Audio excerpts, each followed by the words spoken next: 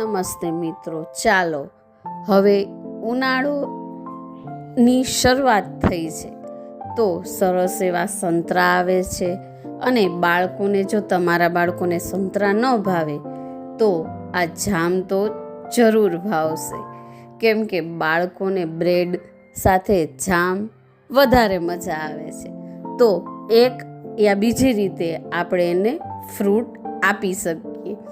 તો તેના માટે મેં સરસ એવા સંતરા લઈ લીધા છે અને તેની છાલ કાઢી લેશું.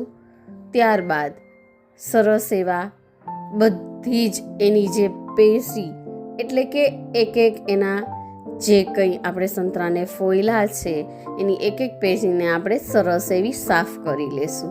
એમાં રેસા કે કાંઈ પણ કે બી રેવા નહીં દઈએ, કેમ કે આપણે એને પલ્પની જેમ રાખીશું, જેથી એમાંથી કોઈ પણ એનું ઇન્ગ્રીડિયન્ટ્સ આપણે વેસ્ટ ન જાય. એ રીતે સરસ એવું આ સંતરાનો અથવા તો ઓરેન્જ જામ બનીને તૈયાર થાય.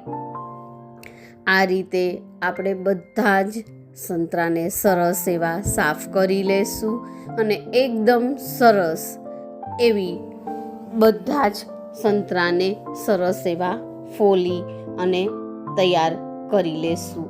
એકદમ સરસ, જુઓ આ બધા સાફ થઈ ગયેલા છે અને સરસ એવા કંઈ પણ રેસા વગર એને મેં કંઈ રીએ નહીં એ રીતે સરસ સાફ કરી લીધા છે.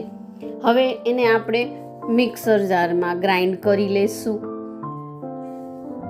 થોડા થોડા એડ કરીશું, કેમ કે એમાં જ્યુસના હિસાબે એકદમ બહાર ન આવી જાય, એનું ખાસ ખ્યાલ રાખીશું. બધું જ મિશ્રણ આ રીતે આપણે ગ્રાઇન્ડ કરી લેશું. સરસ એવું ગ્રાઇન્ડ થઈ ગયું છે, જુઓ. હવે મેં એને હાઈ ફ્લેમ પર રાખેલું છે. એકદમ સરસ એ ઉકળી જાય ત્યાં સુધીમાં આપણે સરસ એવી એની છાલ જે છે એને ઉપરથી ક્રશ કરીશું. નીચેનો ભાગ ન આવે એ ખાસ ધ્યાન રાખીશું. થોડી એવી એની ઉપરની જે છાલ છે એ જ ક્રશ કરેલી છે, જુઓ. એનો વ્હાઈટ ભાગ આપણે આવવા નહીં દઈએ. એ સરસ એવો અને ઓછો પલ્પ આ રીતે સંતરાની છાલને આપણે સરસ એવી છીણી લીધી છે.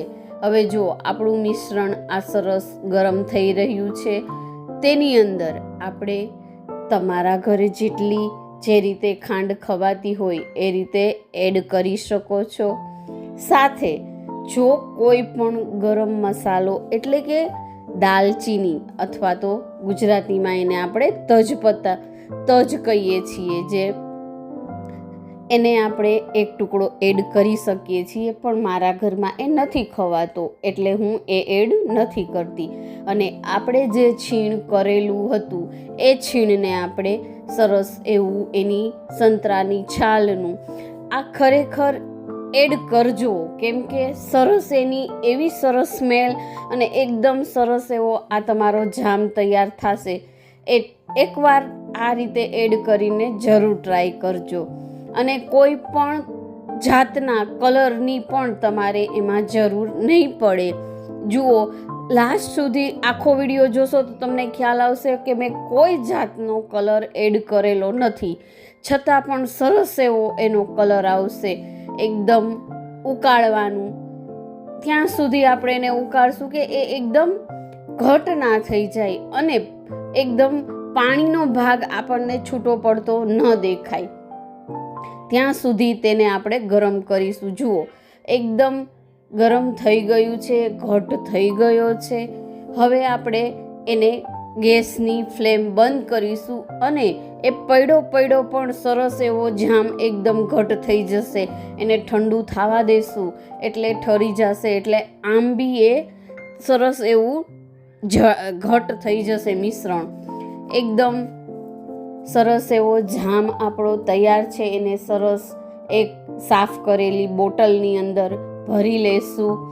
જો વિડીયો ગમે તો લાઈક, શેર એન્ડ સબસ્ક્રાઈબ જરૂરથી કરજો. જુઓ કેટલો ઘટ થઈ ગયો છે આપણો જામ, અને એમાંથી આપણે કોઈ પણ ઇન્ગ્રીડિયન્ટ્સ વેસ્ટ નથી કર્યા.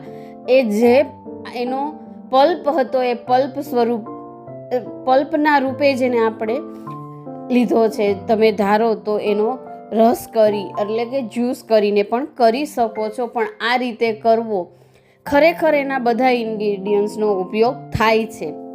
હવે તેને આપણે સરસ એવો ઠંડો થઈ ગયો છે, એને ફ્રીજમાં મૂક્યો હતો અને બ્રેડ પર અથવા તો રોટલી ભાખરી કોઈ પણની સાથે એને સર્વ કરશો તો ખરેખર મજા આવશે. પણ બાળકોને તો બ્રેડ સાથે જ મજા આવે. એકવાર જરૂરથી આ રીતે બનાવજો.